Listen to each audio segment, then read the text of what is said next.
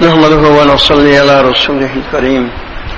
برادران کرام، یہ مسجد اللہ کا گھر ہے اور اس پوری دنیا میں سب سے اشرف جگہ ہے.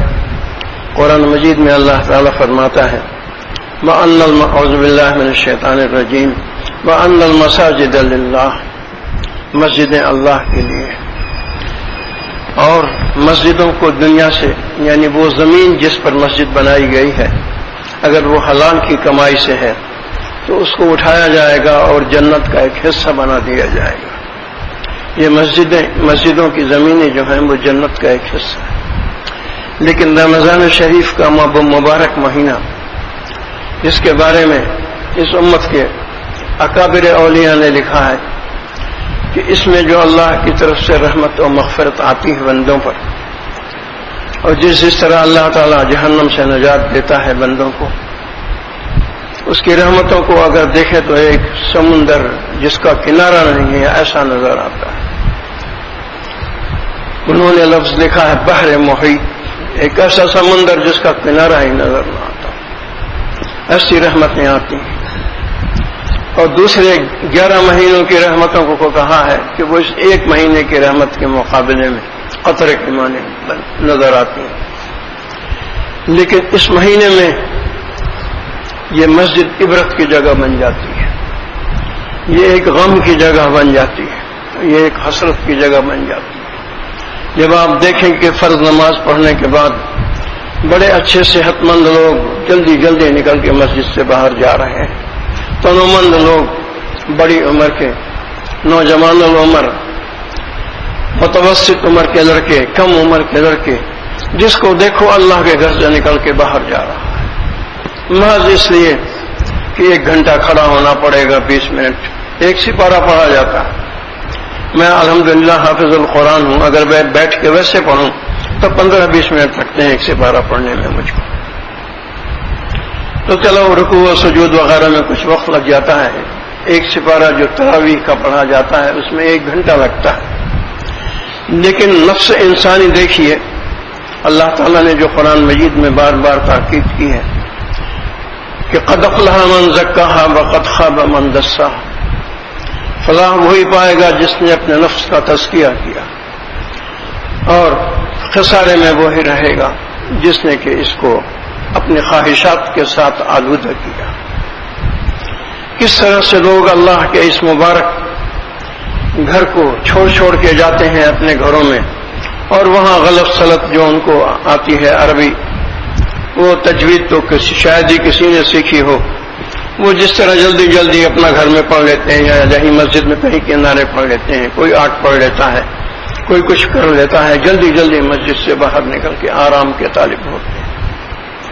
حالانکہ یہ دنیا کی زندگی آرام کے لیے بنائی نہیں گئی ہے، یہ بنائی گئی ہے، اللہ تعالیٰ نے فرمایا قرآن مجید میں، یہ تزکیہ نفس کے بارے میں فرمایا، کیونکہ یہ ساری شرارتیں نفس کی ہیں. اس کو شیطان کا استاد کہا گیا ہے. یہ نفس اللہ کی عبادت پر بالکل تیار نہیں ہوتا، کیونکہ یہ اس عالم میں دنیا سے ہے، یہ اس دنیا ہی کو جنت بنانے کے فکر میں رہتا ہے، اور یہی کی تکلیفوں کو یہ جہنم سمجھتا ہے، ان سے بچنے کی فکر میں رہتا ہے. اللہ تعالیٰ نے یہ بات فرمائی ہے کہ اے بندے اپنے نفس کا دوست مت بن. حدیث قدسی ہے، یہ تیرا دشمن نہیں میرا دشمن ہے. اللہ تعالیٰ نے نفس انسانی کے بارے میں کہا ہے حدیث قدسی میں کہ اے انسان اپنے نفس کے ساتھ دوستی مت کر، جو یہ کہتا ہے وہ مت کر، یہ تیرا دشمن نہیں ہے، یہ میرا دشمن ہے. اللہ تعالیٰ فرماتا ہے. اور نفس امارہ جو انسان کا ہے، اس کی ابتدا ہی اللہ تعالیٰ نے برائی کے لفظ سے کی ہے. ان النفس لامارۃ بالسوء، نفس اصرار اور تاکید کے ساتھ حکم کرتا ہے برائی کرنے کا. جماعت کی نماز میں قبولیت کے بہت امکان ہیں، گھر میں جا کے پڑھ لینے میں تراویح کے قبولیت معلوم نہیں ہے یا نہیں. تو آپ کو میں یہ بتا رہا تھا کہ یہ تزکیہ نفس بہت زیادہ ضروری چیز ہے، اور اس کے لیے 3 چیزیں ہیں. پہلے اللہ تعالیٰ نے جو فرمایا وہ یہ ہے کہ اتقوا اللہ وکونوا مع الصادقین، تقوی اختیار کرو، پرہیزگاری اختیار کرو، اور صلح کے ساتھ رہو، نیک لوگوں کے ساتھ رہو۔ دوسری بات فرمائی یا ایھا الذین آمنوا اتقوا اللہ وابتغوا الیہ الوسیلہ، اللہ کی طرف وسیلہ اختیار کرو۔ تفسیر یہ ہے کہ اعمال صالح کرو، لیکن اعمال صالح بھی کوئی سکھاتا ہے، تب جا کے انسان کو کرنے آتے ہیں، جیسا کہ حدیث شریف میں ہے صلو کما رأیتمونی اصلی، اور کما قال علیہ الصلوۃ والسلام کہ نماز ویسے پڑھو جیسے تم مجھے دیکھتے ہو پڑھتے ہو۔ تو قرآن مجید بھی کوئی سکھاتا ہے، تو اس کے لیے بھی سیکھنا پڑتا ہے، کوئی استاد پکڑنا پڑتا ہے۔ تیسری چیز اللہ تعالیٰ نے جس سے لوگ نفس امارہ بہت بھاگتا ہے، والذین جاہدوا فینا لنہدینہم سبلنا، جو لوگ مجاہدہ کریں گے دین میں ان کے لیے ہم اپنے راستے آسان کر دیں گے، جنت جانے کے عذاب قبر سے وہ بچے رہیں گے۔ انسان یہ بات سوچتا ہی نہیں کہ مجھے کتنا لمبا عرصہ قبر کے اندر رہنا ہے۔ آج اس قبر کی فکر کرنی چاہیے، اگر میں نے نہ فکر کی تو کیا بنے گا۔ جنت اور جہنم کے بارے میں ہمارا یقین ایسا ہونا چاہیے جیسے عین الیقین، کہ جیسے کہ جنت کو ہم دیکھ رہے ہیں اور جہنم کو ہم دیکھ رہے ہیں، یقین اس قسم کا ہونا چاہیے، تب جا کے انسان جو ہے وہ پھر ڈرتا ہے اور بچتا ہے، ورنہ شیطان کے پاس ہزاروں داؤں ہیں اور ہزاروں ترکیبیں ہیں۔ اللہ تعالیٰ نے، میری والدہ جو تھی وہ بہت بڑی بڑی کتابیں پڑھا کرتی تھی، تو بچپن میں ہی مجھے انہوں نے ایک واقعہ سنایا میری والدہ نے، اور بہت عبادت گزار تھیں، جہاں تک مجھے یاد پڑتا ہے رات کو میں نے ان کو سویا نہیں دیکھا۔ اور یہ بھی سنا ہے، تحقیق نہیں ہے، کہ وہاں کے علماء کہتے تھے کہ یہ اس منطقہ کے رابعہ بصریہ ہے۔ تو والدہ جو تھیں وہ بہت زیادہ بڑی بڑی فارسی کی کتابیں پڑھتی رہتی تھی، تو ایک بار انہوں نے ایک واقعہ سنایا، اور ظاہر ہے کہ پڑھا ہوگا، اب بہت کم ملنا شرعی پردہ۔ تو اللہ تعالیٰ نے جب جہنم کو بنایا اور جنت کو بنایا اور مخلوق کو پیدا کیا، تو فرشتوں سے پوچھا کہ تمہارا جنت کے بارے میں کیا خیال ہے؟ ساری مخلوق موجود تھی، جنت موجود تھی، جہنم موجود تھی، فرشتے موجود تھے۔ اللہ تعالیٰ نے پوچھا کہ تمہارا جنت کے بارے میں کیا خیال ہے؟ تو فرشتے کہنے لگے اے اللہ، کون ہے تیرے بندوں میں جو اس میں جانا پسند نہیں کرے گا؟ پھر اللہ تعالیٰ نے جہنم کے بارے میں پوچھا کہ جہنم کے بارے میں تم کیا کہتے ہو؟ کل ہی میں زکوٰۃ کے بارے میں سوچ رہا تھا کہ دیکھیے جہنم کا صرف ایک عذاب ہے، ایک نہایت موٹا اور بڑا خوفناک سانپ، لمبا سانپ اس آدمی کے پیچھے لگے گا جو زکوٰۃ نہیں دیتا، اور کہے گا وہ، اور بولے گا وہ، میں تیرا وہ مال ہوں جس میں سے تو نے زکوٰۃ نہیں دی، اور وہ آدمی بھاگے گا اور ایک بڑے غار میں گر پڑے گا جس میں سانپ بچھو انگارے ہوں گے، کسی طرح اس میں سے نکلے گا، پھر بھاگے گا، پھر وہ سانپ پیچھے لگے گا۔ کہتے ہیں کہ اس طرح سے محاورہ ہے عربی کا، جیسے ہم اردو میں بولتے ہیں نا بیسیوں کی تعداد میں، بیشتر بے شمار، اسی طرح 70 غاروں میں گرے گا اور وہ سانپ پیچھے پیچھے لگا رہے گا۔ کل ہی میں بیٹھا سوچ رہا تھا کہ یا اللہ، یہ جہنم کیسی خطرناک چیز ہے، دنیا میں سانپ دیکھ لینے لگا کمرے میں تو بھاگ جانا اس میں سے۔ تو اللہ تعالیٰ نے فرشتوں سے پوچھا کہ اس جہنم میں تمہارے خیال میں کون جائے گا؟ انہوں نے کہا یا اللہ تعالیٰ، اس جہنم کو کون پسند کرے گا؟ اس کے بعد اللہ تعالیٰ نے جہنم کو نفس کی راحت، آرام، لذائذ، عزت، دنیاوی عزت، رسم و رواج کی مطابقت، نفس امارہ کے خواہش کی مطابقت، ان چیزوں سے ڈھانک دیا، اور جنت کو تکالیف سے، مصیبت سے، مجاہدوں سے، بیماریوں سے اور جسم کی تکلیف سے، انسانوں کی غربت سے اور فقر سے ڈھانک دیا جنت۔ پھر پوچھا فرشتوں سے کہ تمہارا کیا خیال ہے جنت میں کون جائے گا؟ فرشتوں نے کہا یا اللہ تعالیٰ، اب تو شاید ہی کوئی تیرے بندوں میں اس میں جانا پسند کرے۔ پھر پوچھا جہنم کے بارے میں، تو کہا فرشتوں نے اے اللہ تعالیٰ اب تو ہر شخص اس کی طرف جائے. قرآن مجید کی یہ آیت جب میں یہ دیکھتا ہوں لوگوں کو بھاگتے ہوئے مسجد سے، یعنی تمام مہینوں کے علاوہ صرف رمضان شریف کا وہ مہینہ ہے کہ یہ مسجد ایک غم و حسرت کی جگہ بن جاتی ہے دینداروں کے. بس لوگ بھاگ رہے ہیں فرض کے بعد بمشکل ایک صف رہ جاتی ہے، یہاں سے وہاں تک بھری ہوئی ہے جب نماز فرض پڑھیں آپ، اور تراویح میں بس ایک صف رہ جاتی ہے. اور لوگ کسی فضیلت کا، یعنی رمضان شریف میں جو ہے فضیلت ہے کہ فرض کی ایک رکعت 70 رکعت کے برابر کر دی جاتی ہے اور نفل فرض کے برابر کر دی جاتی ہے. اور قرآن مجید کا ایک حرف جس کی 10 نیکیاں ہیں، کتابوں میں لکھا ہے کہ ہر نیکی جو ہے وہ 70 گنا بڑھا دی جاتی ہے. صدقات ہیں، قرآن مجید کا پڑھنا ہے، نیکیاں 70 گنا بڑھا دی جاتی ہے. کسی چیز کا کوئی خیال نہیں، اپنے نفس کی راحت کا خیال، بس جاؤ جا کے جلدی سے سو آرام کے ساتھ. تو اس سلسلے میں اخبار میں ایک واقعہ چھپا تھا، چنانچہ مجھے جب میں یہ دیکھتا ہوں خود مجھے اپنے لیے بھی بہت ڈر رہتا ہے، لیکن اللہ کا شکر ہے کہ کچھ ایک ایسی کیفیت مجھ پر ہر وقت رہتی ہے جیسے جنت کو میں دیکھ رہا ہوں، جہنم کو دیکھ رہا ہوں. ایسا معلوم ہوتا ہے جیسے نظر آ رہی ہیں دونوں. تو ایک واقعہ چھپا تھا اسلام اخبار میں جو بڑا عبرت آموز ہے، وہ میں اس کو پڑھنا چاہتا ہوں. پچھلے جمعے میں بھی میں نے پڑھا تھا.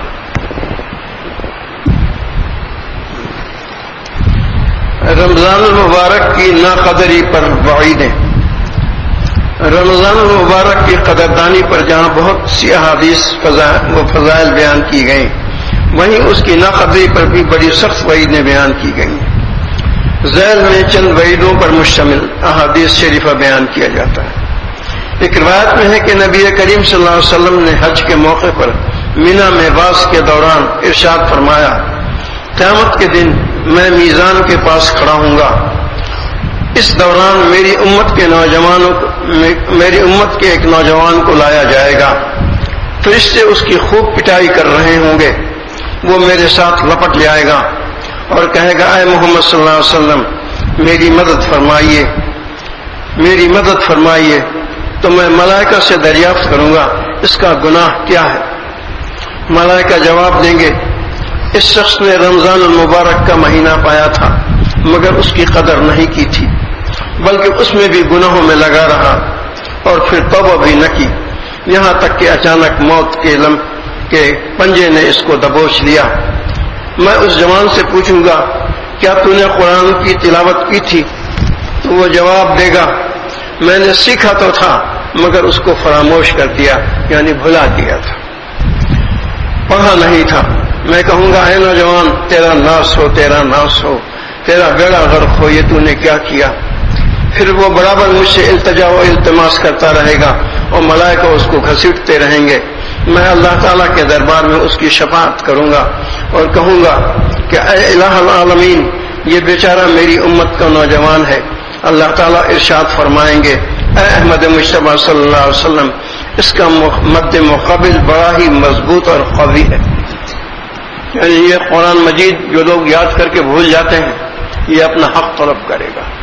اور آتا ہے کہ قادہ الی الجنہ اور ساقتہ الی النار، جس نے اس کو یاد رکھا پڑھتا رہا اس کو جنت میں لے جائے گا، اور ساقتہ الی النار، اور جو اس کو یاد کر کے بھول گیا اور پڑھتا نہیں رہا دنیا میں، نظر بھی پڑھتا نہیں رہا، اس کو جہنم میں دھکا دلوا دے گا. اسی طرح رمضان المبارک ایک انسان کی شکل میں آئے گا اور اپنا حق طلب کرے گا. اللہ کا اشارہ اسی کی طرف ہے کہ اس کے جو مخالف و مد مقابل ہیں وہ بڑے قوی ہیں.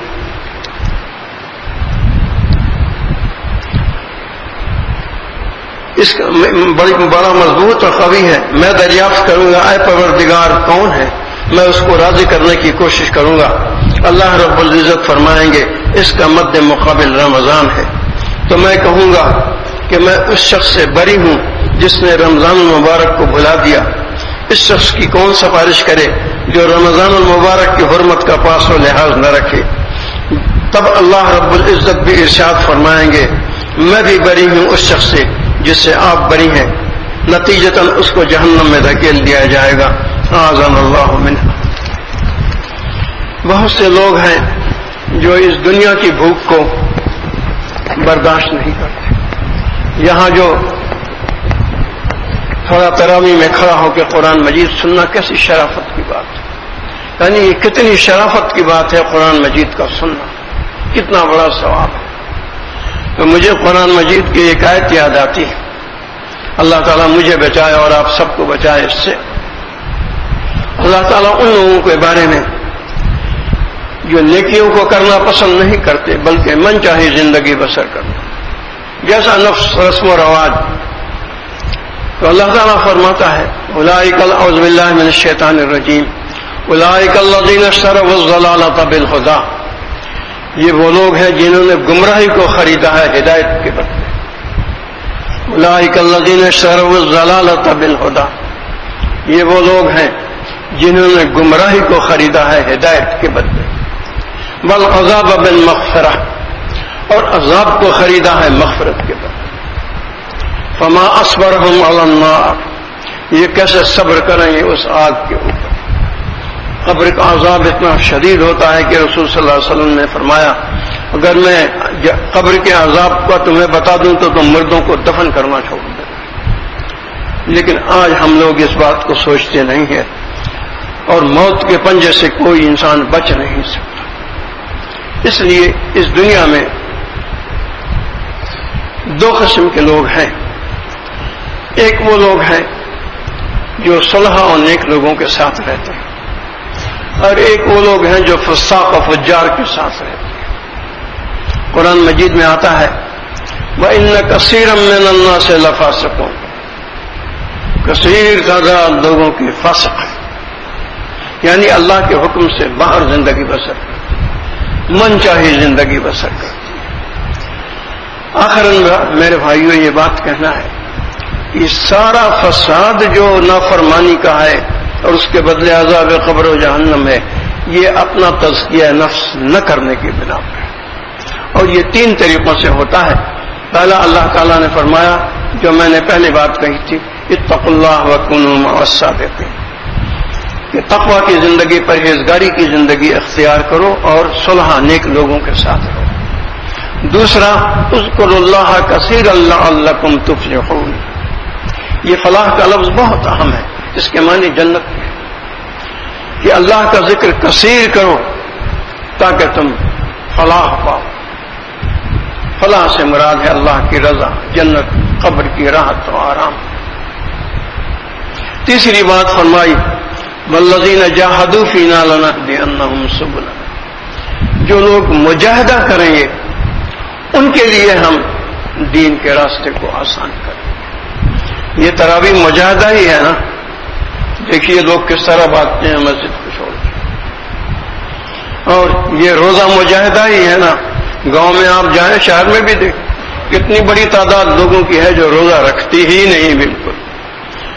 اور دنیا کی آگ کے بارے میں کہا گیا ہے کہ جہنم میں سے نکال کے اگر جہنمی کو دنیا کی آگ پر لٹا دیں تو میٹھی نیند سوئے گا۔ دنیا کی آگ جہنم کی آگ کے مقابلے میں ایک راحت ہے۔ اسی سے اندازہ کر لیجئے دنیا کی بھوک اور آخرت کی بھوک، کہ 500 سال وہ چلائے گا یا رب تو بڑا رحیم و کریم ہے، اللہ کو اس کے رحمت کے ناموں سے میں پیاسا ہوں، میں تیرا بندہ ہوں، مجھے پانی دے۔ تو 500 سال چلاتا رہے گا تو ایک اللہ کی طرف سے ایک ڈانٹ پڑے گی چپ ہو جا، تو خاموش ہو جائے گا۔ 500 سال اور گزر جائیں گے، 1000 سال بعد ایک فرشتہ آئے گا، ایک سرخ دہکتے ہوئے کھولتے نہیں دہتا ہوئے پیالے میں کھولتا ہوا پانی لے کے آئے گا اور اس کو پیش کرے گا۔ ایسی شدید وہ پیاس ہوگی جہنم کی کہ اس کھولتے ہوئے پانی کو پی لے گا، اور اس کے پینے سے کیا ہوگا کہ لکھا ہے کہ دل گردہ آتری کٹ کے سب نیچے کے راستے سے زمین پر گر جائے گا۔ فرشتہ اس کو زنبور سے پکڑ کے پھر اس جہنمی کے منہ میں پھینک دے گا اور وہ اس کے جسم میں لگ جائے گا اور اس پر عذاب چلتا رہے گا۔ پیاس جب ایسی ہے تو بھوک کیسی ہوگی؟ یہ تھوڑی سی بھوک برداشت نہیں کرتے، روزہ نہیں رہتے۔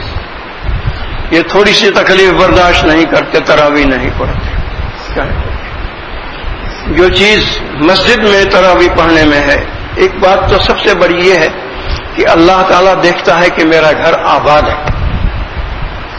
دوسری چیز بس یہ 1 مہینہ ہے، اور اللہ تعالیٰ نے خود فرمایا ہے ایام معدودات. قرآن میں یہ 30 دنوں کے بارے میں اللہ تعالیٰ نے جہاں فرمایا کتب علیکم الصیام کما کتب علی الذین من قبلکم لعلکم تتقون ایام معدودات، یہ چند گنتی کے دن ہیں. جب رب کہہ رہا ہے دیکھیے کیسے گزر جاتے ہیں. آخر میں ایک بات کہنی ہے، وہ یہ ہے کہ سننے میں آیا ہے کہ ایک نہایت مشہور بزرگ جو شیخ الحدیث بھی ہیں، انہوں نے خواب میں یہ دیکھا ہے کہ 21 کی شب جو ہے وہ لیلۃ القدر کی شب ہے، آج کی شب جو آنے والی ہے. تو ٹیلی فون بھی کیا گیا جامعہ شفیہ کے شیخ الحدیث صوفی سرور صاحب، انہوں نے یہ خواب دیکھا ہے. ویسے تو لوگوں نے کہا کہ کشف یا خواب دونوں میں سے کوئی ایک بات، کہ انہوں نے یہ خواب دیکھا ہے کہ آج 21 کی شب جو ہے یہ لیلۃ القدر کی شب ہے. اس میں 1000 مہینوں یا 80 سال کی عبادت کا خیر من الف شہر آتا ہے کہ یہ 1000 مہینوں کی عبادت سے افضل ہے. تو بعض لوگوں نے جامعہ شفیہ پہ ٹیلی فون کیا تو وہاں بعض دوسرے علماء سے بات ہوئی تو انہوں نے کہا یہ سچ. تو آج کی شب جو ہے وہ بالخصوص جو ہے وہ عام ہے، کیونکہ ایک معتبر جگہ سے یہ خبر ملی ہے. اور آج کی شب میں ایک خاص عمل بھی ہے، وہ یہ ہے کہ عائشہ رضی اللہ تعالیٰ عنہ سے حدیث شریف مروی ہے کہ لیلۃ القدر کے اندر جب تمہیں چاہیے کہ یہ استغفار اللہم انک عفو تحب العفو فاعف عنی، اس کا بھی کثر سے تکرار کرو. کم سے کم ایک تسبیح اس کی ضرور پڑھنی چاہیے، اور بہت زیادہ کوشش کرنی چاہیے، کیونکہ یہ 10 دن جو ہیں یہ جہنم سے آزادی کے ہیں. اور عید کے دن ایسی کوئی کوشش نہیں کرنی چاہیے رشتہ داروں سے ملیں اور وہاں بے پردہ عورتوں کے ہاں جائیں اور رشتہ داروں میں جائیں. عورتیں پردہ کرتی نہیں. یہاں عید کی نماز پڑھ کے آئے بخشائے، ادھر ملنے ملانے گئے رشتہ داروں کے ساتھ، وہاں بے پردہ عورتوں کے پاس بیٹھے، کھانا پینا ہوا، پھر دوبارہ نام جہنم پر لکھنا شروع ہو گیا. سبحان اللہ و بحمدہ، سبحانک اللہم و بحمدک، اشہد ان لا الہ الا انت استغفرک و اتوب الیک. اللہم صلی علی سیدنا محمد وعلی آل سیدنا محمد وبارک وسلم. بس جناب بات ختم.